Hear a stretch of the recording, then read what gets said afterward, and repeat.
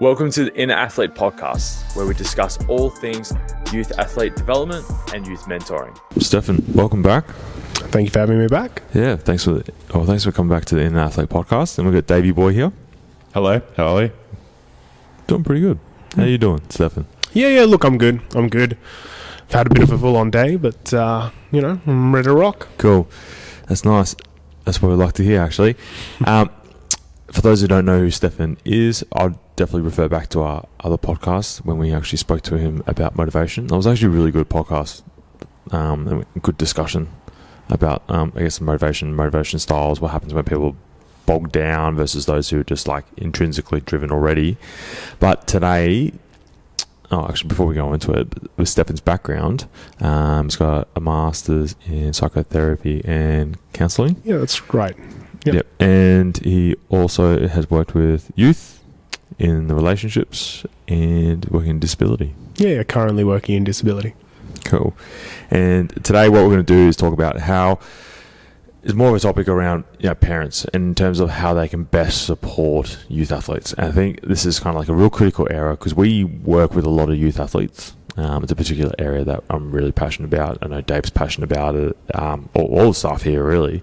And how to best support them throughout, the trials and tribulations as they go through their athletic development throughout the years. But more so, what can parents specifically do? Because it doesn't seem to be like a manual or like guidance specifically for parents. So that's why we've got you here to help us decipher that.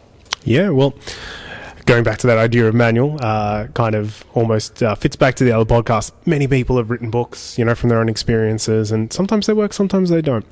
It can be a hit or a miss thing. But when we look at the sciences themselves, it starts all the way back to birth. You can have a child with an avoidant attachment style. So, that's the kind of baby that cries when the parent leaves the room, that if a stranger's there, it could be a relative that they don't know or they're not comfortable with. The baby's not comfortable. The baby's always quite anxious and it needs a lot of comfort to calm down. And then you've got the other side, the secure. Baby doesn't even notice you exist and they're having the time of their life, which is lovely. So we look at the early development attachment styles. The way you interact with that child can change a lot of things as well as you go on. So, for instance, you'll see more commonly in single parents, they treat their child more like a friend than a child because it's like a single parent kind of a relationship, and they've kind of developed less of kind of, mum, dad, kid, or, vice versa, in that situation paradigm, and more in a paradigm of kind of friendship. And because of that, they have open discussions about everything. There's nothing held back.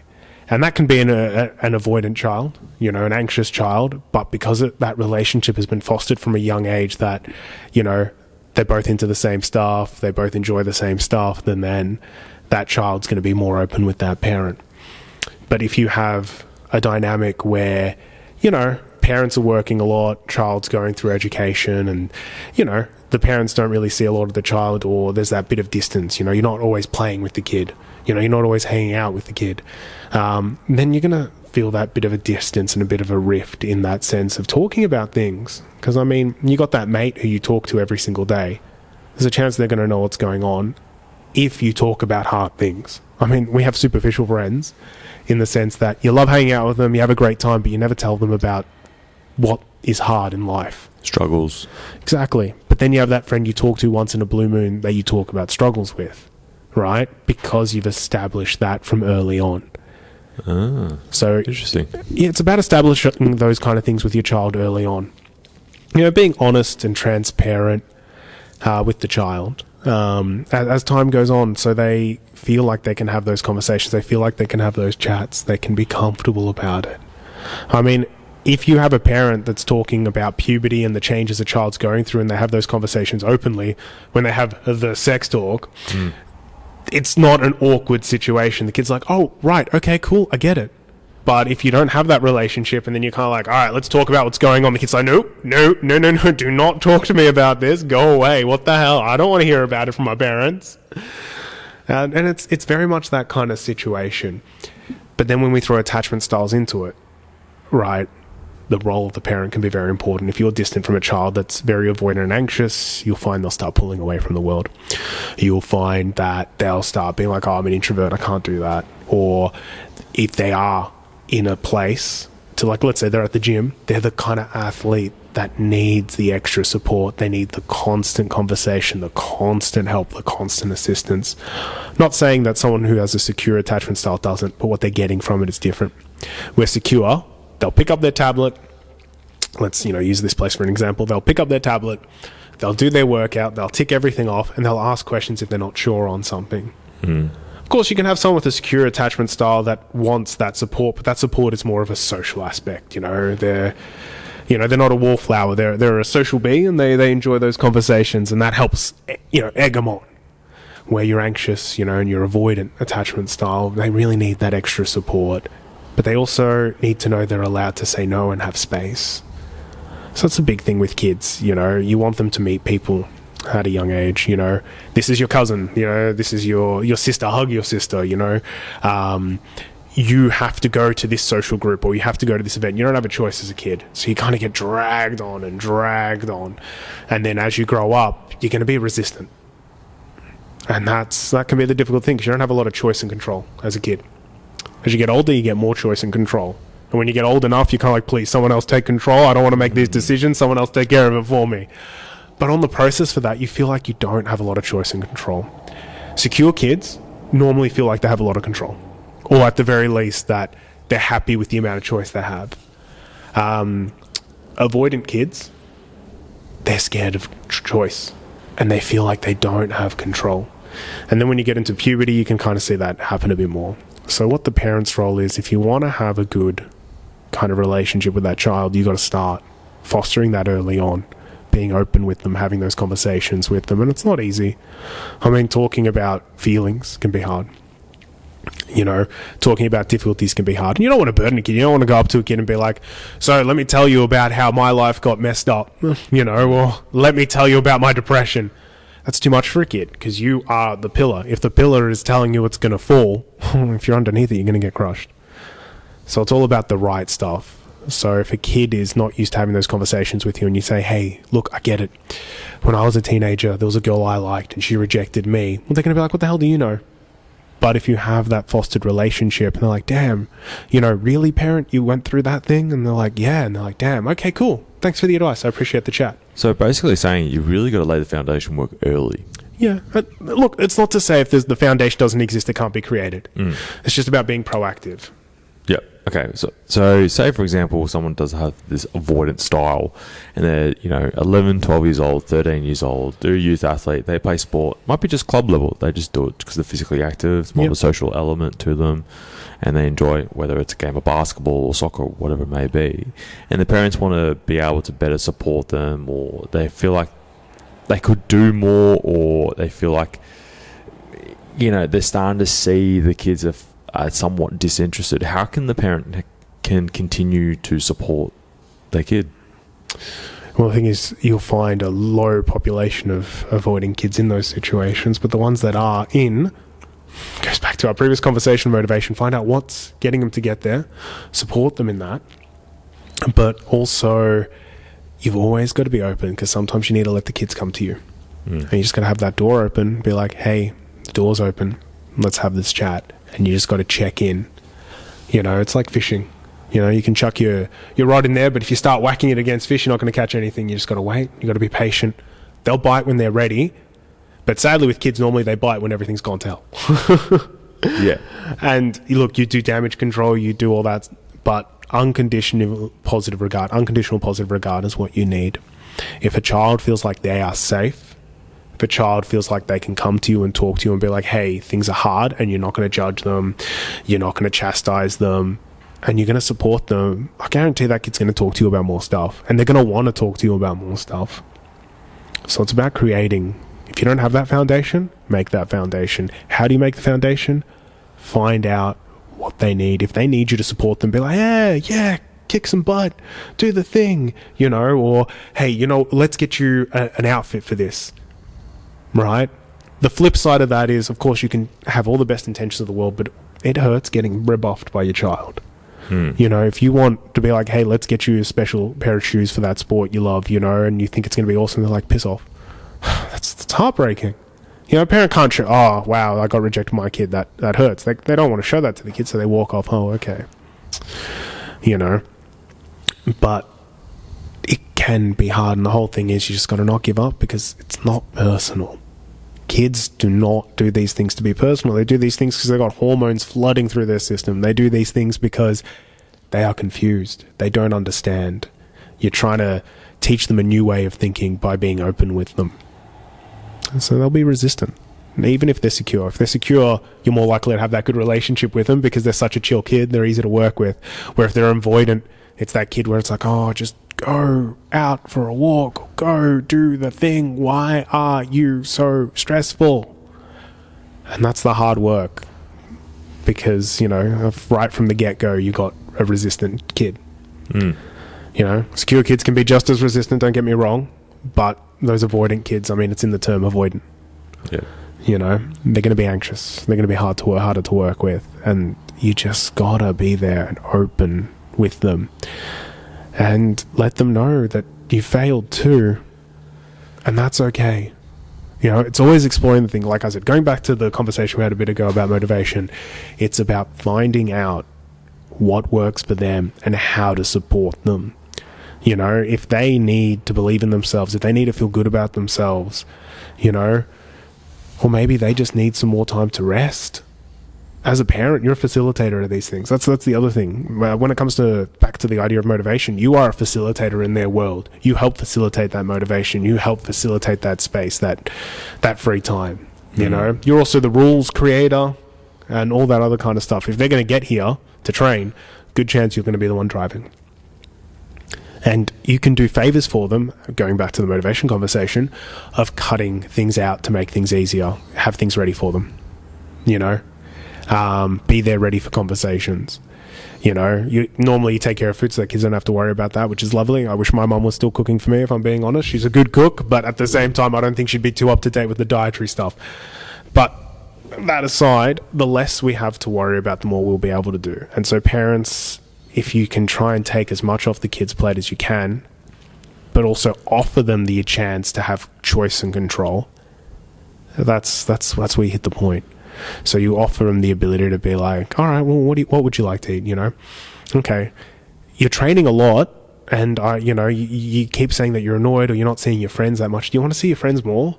And they're like, yeah, I just don't have time. I want to see my friends more.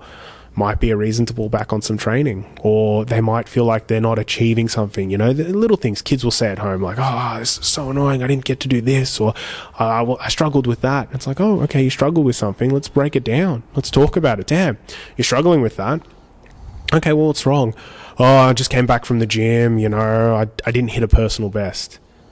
You know, and then what a parent can do is be proactive and say, hey, you know, to whoever their coach is, you know, oh, hey, Dave, you know, Johnny feels a little bit depressed because he hasn't hit a personal best. And that's a little cheeky way to kind of give them support without them, you know, being active in that support. Because if you say to a kid, did you want me to talk to your teacher, or did you want me to talk to your coach? They're going to be like, no, because there's a shame to that. They don't feel like they're in control. It's embarrassing. Oh, it absolutely is embarrassing. You know, weakness can be embarrassing, especially when you're trying to show the world you can stand on 2 feet. I'll bring it back to that point. That was a really good point, is having the parent reach out to the coach or the teacher or the strength coach, because we do have parents that do reach out to us as well. When there are specific things that are happening in a kid's life. Like, so we got some kid, one of the girls here, she's going through some rehab for a knee at the moment. Yep. And she seemed really down in the dumps because she had surgery and whatnot, and just felt really what's the word? I guess low about it. But the good thing is her mum was always there to support her, no matter what. She was keeping communication with us. The physio would communicate with us, and I would communicate to the athlete that everyone else is communicating with me. Yeah. And it kind of closes that circle of support, and we're all surrounding this one person. I guess that's why we have the logo here. Yeah, that's right. It's really the kind of the principles and tenets of an athlete very much built around that. Yeah, and I feel like even though they might feel down about themselves, they can see the way out. They can see the direction that we're trying to help them work towards in terms of them being able to, whether it's, injury or something like that was quite major. It's caused them to be out of their sport because they love their sport so much and they're very competitive with it. So obviously, being injured, you can be down in the dumps. I've been there personally with that as well. Yeah, and look, like I said, it goes back to the previous conversation we had when it comes to motivation, because that communication helps find out what their language is, what their currency for doing stuff is, and then they start getting that stuff done. It really feeds back into that, but that parent's role, definitely being that communicator, and sometimes kids won't see stuff or adults won't see stuff. I mean, when you're in the thick of it, you're essentially in the eye of the storm. You can't see out from a storm when you're in the eye of the storm. All you see around you is storm. Then you got someone who's got a bird's eye view. It's like, just a couple of steps and you're out of the storm. Yeah. It's hard to believe that. But a parent's job is to guide, to support, and a kid, whether they're going to be kicking and screaming the whole way, which is difficult because it's, it takes away motivation. Parents do the best that they can. And 99% of the time, the parents are meaning the best. But when you are in your own eye of the storm with your own kid, you're not going to see anything else outside of that. You're going to get blind to it. So the other thing is asking for people's opinions and whatnot, which sucks as a parent because it's like, I don't know my own kid. It's almost like, it feels like the parents failed. No, not at all. There is no book. There is no manual. I've worked with heaps and heaps of kids, and I remember one kid that I worked with, parents tried everything, every little thing to get this kid to work, to get motivated. And I was working with this kid through online supports. This was during the lockdowns. And they were dealing with a lot of depression or a lot of anxiety. They didn't have a lot of friends or social groups. And the parents were trying everything. The emails were like, we are scared. We do not know what to do. Then I saw the kid in person. And they were very tall for their age. They were 13, but they had the height of a year 11. And they would stand hunched over like a gargoyle. Their fingers would always be intertwined, like the Mr. Burns kind of a situation. Great kid, excellent. One of my favorite kids to work with, like an absolute champion. And then what I said to him is, we went out to an oval, right? And I got him to stand tall, arms arched back, open to the world. And then I got him to, because no one was around, so he was okay to do this, to just do some walking proud, walking tall, walking prideful. And I saw him 2 weeks later. And that's when we stopped sessions. Because he said, I have friends. And he starts the session, he's like, I have friends. And I'm like, wait, what? And he's like, yeah, I've got friends now. What happened? He said, a couple of people came up to me and they said, I don't know why, but we used to think you were annoying, but you seem pretty cool. And when he walked to me in the session, so this is after the 2 weeks, when he walked to me, I didn't realize who he was. Looked like a totally different person. But the world opened up to him because he just changed the way how he stood. Now, I know how that stuff works because of my training, because of my education. But you tell a parent, if they just stood a little bit taller, every problem would go away. They'd feel more confident. Yeah, right. That sounds like, some kind of magic quick fix. Witchcraft. Exactly. And I would have thought it was witchcraft, but I studied it. I looked at the research, between sessions of seeing him in person. Before that, I was looking at a lot to do with kind of posture. So, for instance, blind athletes still do victory poses. Oh. So if you see a blind athlete finishing, you'll see them. The big V, they still do this victory pose. This isn't a language thing. They will, hands up high in the air. They will be open when it comes to success. And that's the big thing. The world will react to how you stand. The world will react to how you sit. When you feel proud, when you feel strong, you're taller. Your shoulders are a bit more broad. You're more open to the world. When you're anxious, in pain, vulnerable, you're close to the world. And what we did to this kid is just open him up to the world, and then the world was willing to listen to what he had to offer. But again, if I didn't have that training, I wouldn't have done that. I would have been like, let's talk about what's going on. And it wouldn't have gone anywhere because he was close to the world. I think his body language kind of said it all. It's like if he's hunched over, hands across Oh, no, like a yeah. If he's in a Monty Burns position, if he's physically looks closed, the likelihood of him being receptive to anything else around him is going to be very low, if not non-existent. Yeah. So the fact that you kind of like opened him up, he was able to, I guess, because there's a little bit of research in terms of like how you shift your body position can determine how you kind of take in your environment versus sitting versus standing versus standing tall. Yep. You know, if you're standing over someone or standing underneath someone, you know, the perception that you have of that other individual can shift as well. It's like if you're standing over someone, it's more of a dominant. If you're standing under someone, it's more submissive. You know, there's a big just changing the emphasis and even having the discussions with someone, even like, because what we do here is if the kids are training and they might have a moment where they need to have a chat, and you just kind of tell they're just like holding on to it like a piece of string, and they might be sitting, they might have done a set of shoulder presses or something like that. When we approach them, and I think Dave does this really well, he kind of gets down to their level. Yeah. And that's where they feel like they're at. That's their level. But then when they let that out and they have the discussion, or just whatever it may be, then you see them stand up and rise and move on. Yeah, look, you can definitely see that. Look, 100% when you get to their level. But the thing with parents is, when you're a parent, you need to be in control. Because, I mean, if you're not in control, no one's in control most of the time. And if the kid's in control, well, let's face it, kids don't make the best decisions. No. So, and it's that idea. If you look at the idea of, like, let's say, play fighting, or like going back to the idea of dominance, if a person is always dominant, is always an authoritarian, you do this because I tell you to, or, you know, this is the case, there is no discussion. That kid's not going to talk to you. There's no discussion.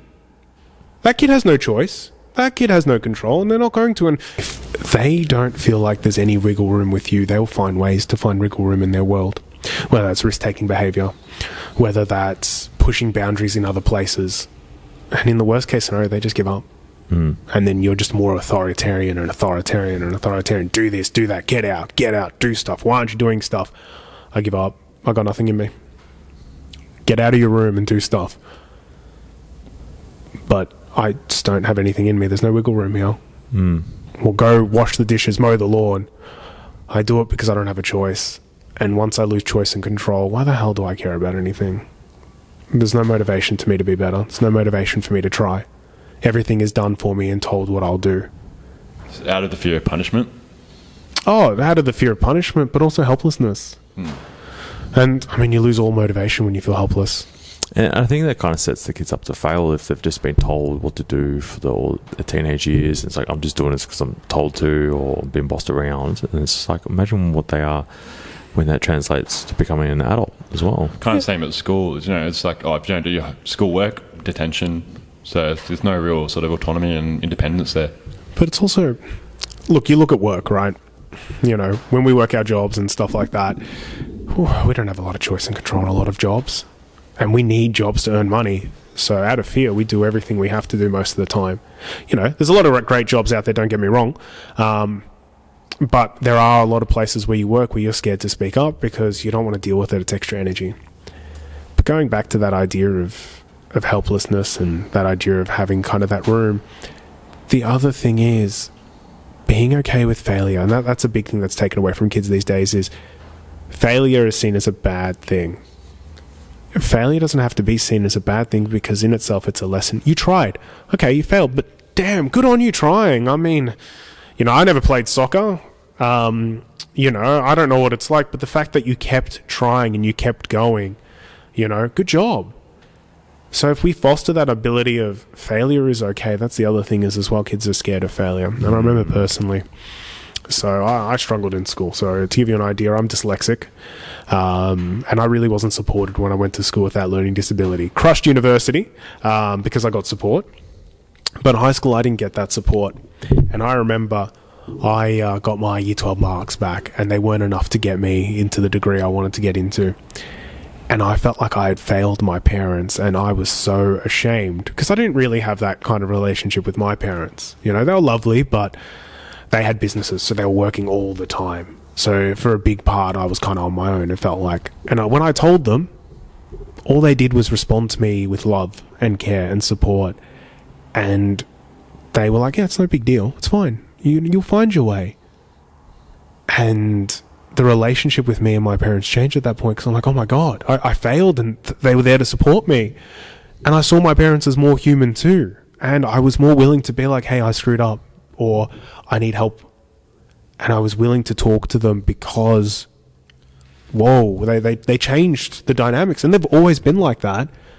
But as a kid, I didn't have any major situation that I had to tell them about something like that.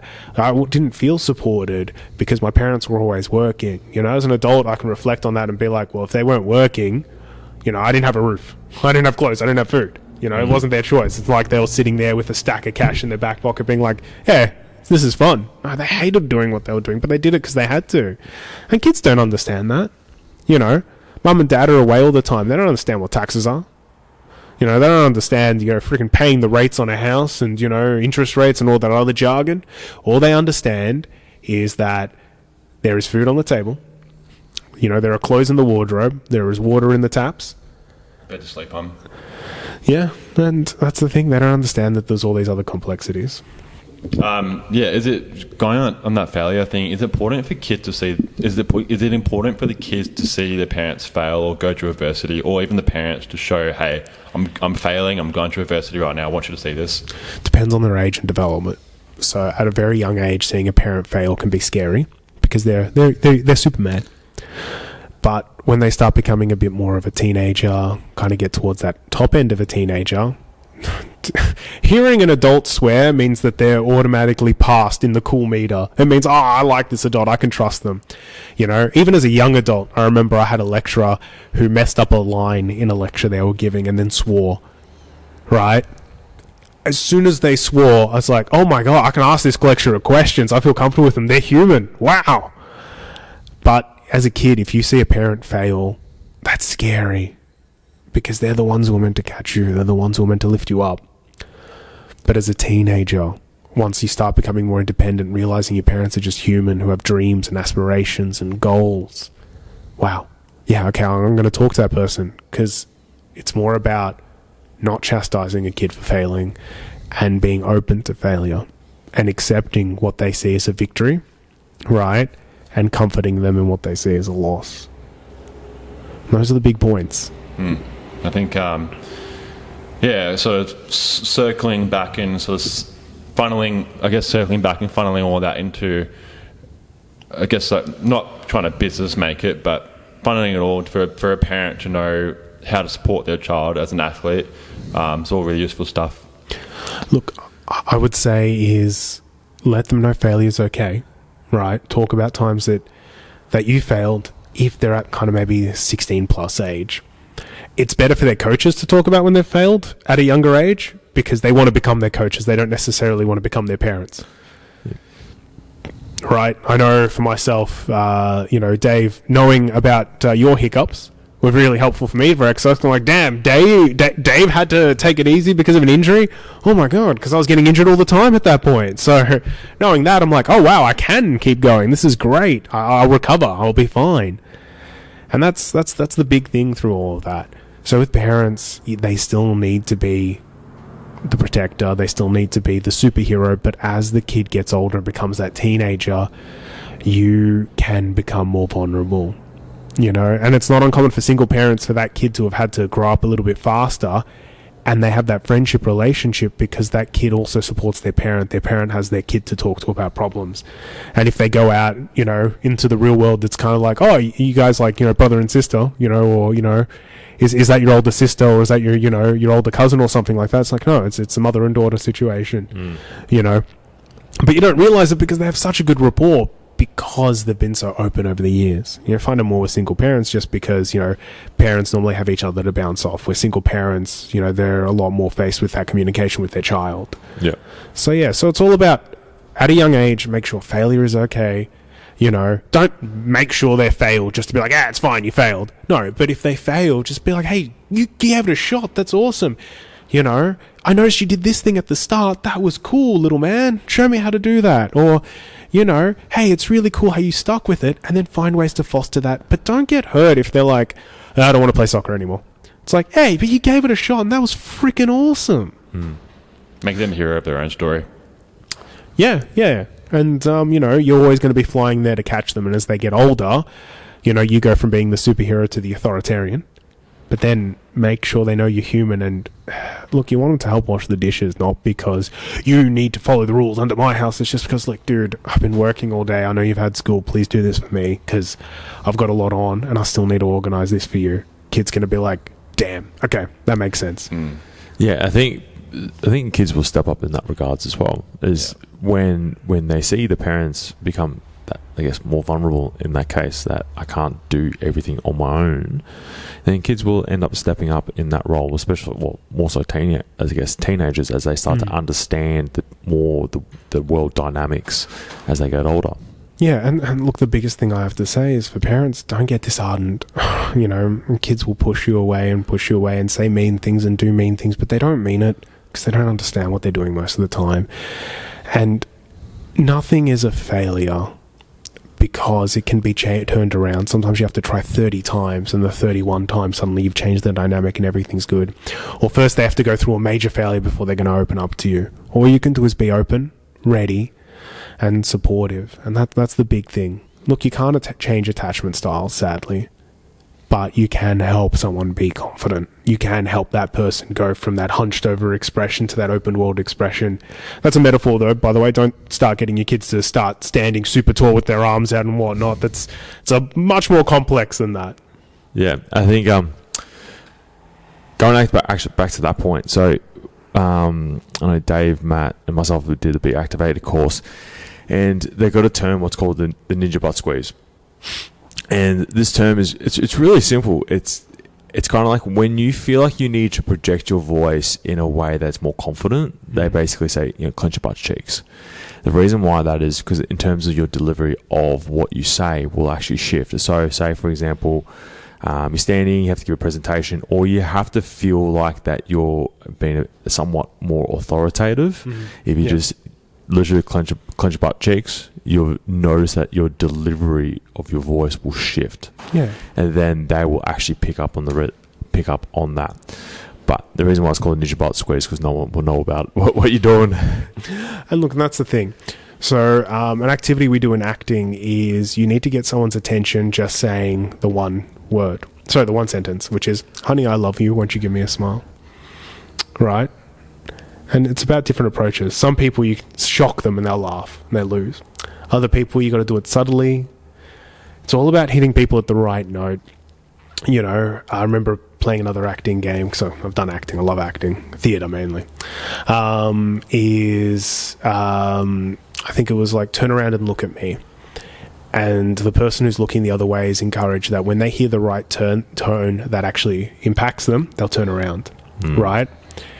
And it'll be different for other people. Some people, it's, turn around and look at me. And it's like, oh, authoritarian. Oh, turn around, I'll look at you. Okay, cool. You've got my attention. Other people will be like, just please turn around and look at me. And that please, that defeated thing, they were like, oh no, this person's hurt, I'll turn around. Other people, it's like, it's laugh. Hey, yeah, I feel comfortable. I want to see this person. But what's going to pull at you emotionally, in the way that's going to connect with you, can be different from everyone. Again, it's finding out motivation. It's finding out why we do what we do, but also creating that atmosphere. All right. And motivation is the fuel, right? But, a car can have all the fuel in the world, but if it's under the ocean, it's not really going to work that well. Yeah, that's a nice analogy right there. There you go. I know you love your car once, Trent. I know. Just analogies in general. I guess, what are the key takeaways what parents can take from this conversation that we've had? I guess, look, at the end of the day, the parent creates the environment. All right, create an environment where failure isn't failure. Failure is just another lesson to learn, and it's fine. It's a place to be comfortable. And hell, celebrate failure in the sense of, what did you learn? Oh, okay, cool. You learned that, you got to work a bit harder, or that you can get a bit more out of your tank. I mean, you pushed yourself in that game. You did a great job, or maybe that thing's not for you, and that's okay. Yeah, and you can actually troubleshoot of the actual action items that they didn't do. So whether it is they went to bed an hour later than normal, it's like, well, what happens if you would go to bed an hour earlier? It's like, well, probably wouldn't feel as tired and probably be able to train better. So we've got to be careful with the parent doing that. Because it's like, oh, well, bugger off. Yeah, true. I want to stay up later. I want to play video games. You're becoming an Yeah, authoritarian. I guess it's more from a coach's perspective. From a coach, definitely. A coach is like, troubleshoot. What did you do? Well, I haven't eaten in 3 days. Do you think that might have inhibited your performance? Where a parent's like, oh, you didn't eat in 3 days? What the hell? What's going on here? And the kid's going to be, I'm not going to tell my parents I haven't been eating for 3 days, and it's underlying issues, all this stuff, but you might talk to your coach about it. Yeah. So it's that. So environment, you create the environment. The other one is attachment style. Find out if your kid needs more or less support. You don't want to, be a tiger mom. You don't want to be like floating over the kid 24/7. How's your day? What's going on? How was school? How's this? How's that? It's too much. Calm down. All right. Maybe the kid just needs you to take a step back, especially if they're trying to find their own identity. You're going to smother them. They're not going to have an identity. They're not going to know who they are because you put a blanket over them. Take a step back. It's okay. And if your kid needs support, they'll come to you. But also go check on the kid. If they're and give them a nice little check-in. Not in the sense of, hi, how you going? What's going on? Just to have a look. Oh, okay, they're playing stuff. Be like, hey, you all good? Yeah, I'm fine. All right. Leave them alone. Yeah, and we have some parents that come in maybe the last 10 minutes of the session. They'll come sit and watch, have a chat with us as well, ask how their kid's going. It's all these little things, and it's like, I guess my dad's really interested in seeing how I'm going. You can see that. He's role modeling good behaviour. Yeah, and the last takeaway I'll say is parents are humans too. All right? It's okay to get upset. It's okay to be frustrated. It's okay to be like, this damn kid. Like, I'm just trying. That's okay as well. And to that I say, you know what? Talk to people. Find your own support groups and stuff like that. 'Cause you need a rant. You need to get it out, because you and your partner are going to be going through the same thing. If you don't have a partner, maybe other friends, or whatnot are going to go through the same things. Talk to your own parents. I mean, I'm sure you weren't a peach yourself. I'm sure if I talk to Trent's mum, she'll have heaps of stories to tell me. Let's not go there. But you're human too, and sometimes the best thing you can do is be part of that network, be part of that support network by talking to the coaches. Let the coaches do the heavy lifting if you're having trouble with it, and then they can link back in. If you're showing up to the games, you're being supportive, you're taking them to a place like this to train, and the coach is like, hey, I heard you had a rough day. They might be appreciative that you've kind of reached out to the coach for them. They might be pissed off as well. I mean, they're teenagers, or they're kids. Sometimes they're like, oh, I wanted the right to be able to say that. And then it's about the coach navigating that in the right way. But over time, you show up to enough games, you give them enough support, you let them know it's okay to fail, you give them unconditional positive regard. Unconditional positive regard. All right? Look up that word, understand that word, because it's the way they're going to foster a great environment. Because you don't feel like you're judged. Unconditional positive regard. Cool. Thanks for that. That was really insightful. Really good conversation. If you like this podcast, actually, before we do that, if you want to get in touch with Stephan, want to have more conversations, we just contact us directly. Then we can forward on your details in regards to if you have any specific questions or queries that you may have. If you like it, like this podcast, like the episode, follow us as well. We want to continue to spread the message of trying to develop youth athletes and really help with parents in the support process of this. As we mentioned before, there is no real manual. It's kind of like there is multiple approaches to this, and it really depends on where you're at this point in time as well. Anything else you want to say, Dave? No, that's it. Cool. See you on the next one. You have just listened to the Inner Athlete podcast. Be sure to subscribe to stay up to date with the release of weekly episodes. Be sure to follow us on Facebook and Instagram to get great tips on all things youth athlete development and youth mentoring.